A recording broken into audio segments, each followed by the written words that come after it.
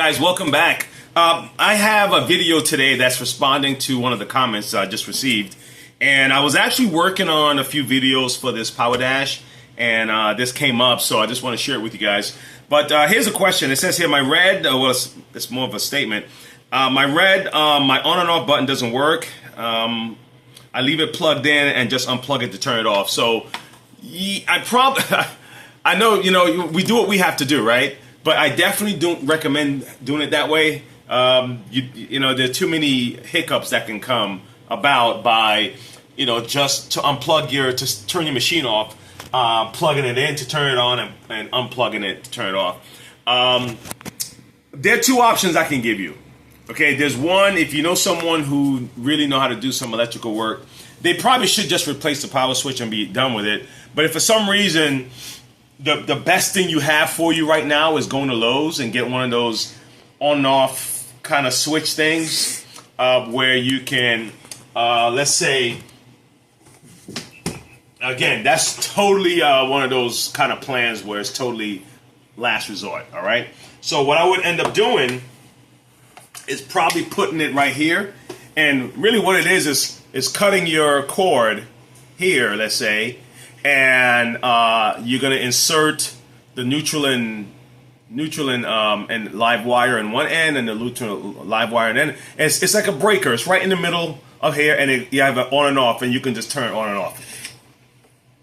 That's one way. The best way is to replace the power switch, because I believe that's the problem, okay? So that means then you're going to have to figure out how to go into... Now, we already have a video on our channel telling you how to break into this thing. Not break into it, but you know what I mean. How to open it. And this is... I already had taken this apart. Couple of screws all over here. Okay. And this one here is going to have like a cover. I'll definitely leave the link so you can see the whole videos. There's about 3 or 4 videos on this particular unit here on our channel. And then there's a few secret screws right underneath the wheel here and on this side. And then there you go. You lift it up and you have access to your motor. Okay? So I ran into this problem. But the only reason I ran into the problem is because I didn't close this back properly. Okay? And what if you look over here, in this section over here, the power switch is sitting right here. Okay? So what it is that if the power switch isn't like really anchored in, because this is the, you see that right here? You got scared. All right. So if the power switch isn't anchored in, what's going to happen is that it won't give you the proper contact, and it won't stay on. Okay. So let me try that again. Now, right now, this is kind of wedged in real tight, so the motor's not going to move. But I normally recommend covering the motor if you're going to turn it on, okay? But with these gaskets, it's in pretty tight, so we should be safe. But I'm going to give you an example right here. This is the power switch. See that? I just hit it, and it turns off. See that? Now, give it a little bit of pressure.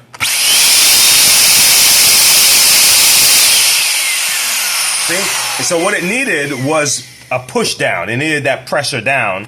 And that's what this section of the, let me see, this part here, right? So when I go over this side, see where this round thing is? Believe it or not, this round thing here is for this.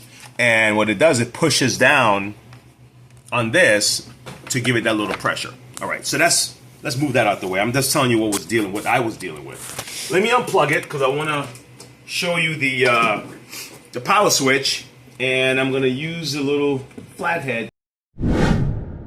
All right, so we're unplugged right now. Let's get this up. So it's held down by some clips. So I'm just gonna kind of pry it a little bit to the side and get this up. All right, so here's a power switch. Here's the actual power switch right here. See that?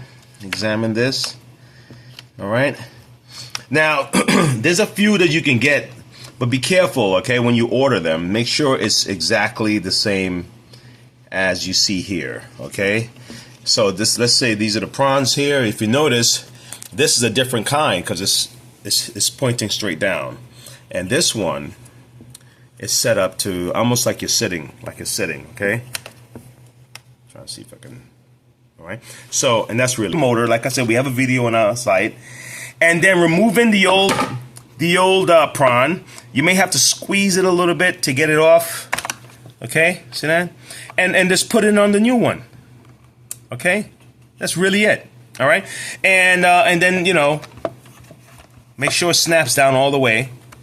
Because if it doesn't, what's going to happen is that this is not reaching the power button. Okay, and the power button really all it's doing is adding pressure. It's like this. When I press this, it's just going like this. That's all it's doing. This little right here. And also these might be broken. You know? So it could be that this is not doing its job because it's cracked. Or let me see what else could be the problem. Or this might be broken down here. This part of the lever is broken, so it's not interacting with this at all. You know? So anyway, that was my little 2 cents into a possible solution to your problem, which is, again, this particular case is not turned on unless you plug it in, okay? This unit, we just put a motor in here. This is an actual new motor that we found on Amazon, and because right now, a motor is not being sold for this unit, so take a look at that video in our playlist. You know, like you can't just put any motor in here, you know, you can't put a vacuum motor in here. These vents are specific for shampoo motors, if you notice the way they're set up here. And also the way the cavity is built, the way everything is kind of designed, is designed to house this particular motor. So it's not one of those things you can just grab a motor offline somewhere and just install it. So this particular company happened to make this exact motor, and it worked out. Okay, I was able to get a brand new motor to replace, because for some reason these units, man, we've been having a lot of issues with these. The motor's been turning out. That's been the majority of the problem when it comes to power. But in some cases, you're going to run into a power switch problem. So hopefully this helps you guys, all right? So if you find this video helpful, these little tips, please like, subscribe, and come back again for some more, okay? And if you have a question on the video you want me to try to answer, leave it in the comments just like I did with this one. I'll do my best, all right? Until next time, see you later. Bye.